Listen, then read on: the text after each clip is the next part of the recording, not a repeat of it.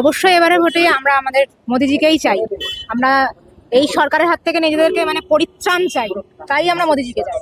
বাংলার নারী সুরক্ষা বলে কিছু আছে না, চারদিকেই তো সব যতটুকুই দেখতে পাচ্ছেন 10 লাখ টাকা মাননীয়া ধার্য করে দিয়েছেন যে বাড়ির বাইরে বেরোবেন না, আর বেরোলেই আপনাদের জন্য 10 লাখ টাকা ধার্য আছে, তাতে কোনো অসুবিধা নেই। এই তো নারী সুরক্ষা। চাকরির অবস্থা তো কিছুই নেই, চাকরি আছে কি? যত যুব সমাজ সবাই তো বেকার, শিক্ষা নেই, টিচারদের অবস্থা যে অবস্থা আমরা দেখছি এত দিন ধরে, টিচারদের অবস্থাটাই তো সব থেকে বেশি খারাপ। যারা আর কি যুব সমাজকে তৈরি করবে তাদেরই অবস্থা এরকম হাল, যে আমাদের যুব সমাজ তৈরিটা হবে কি? একদমই কিচ্ছু হয়।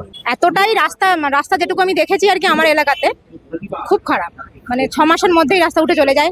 আর চাকরি বাকরির ব্যবস্থা তো ওখানে কিছুই হয় না। আর যত আর কি শাসক সরকারের আর কি যারা আর কি তাদের হয়ে কাজ করে, তারাই মোটামুটি প্রধান, বা এই যে সমস্ত বাড়ি অ্যালটমেন্ট যেগুলো আছে সরকারের, তার মধ্যে থেকে কাটমানি নিজের চোখের সামনেই দেখতে পাই, কিন্তু কিছু বলার নেই সেখানে। ওপেনলি তারা এইগুলো করে।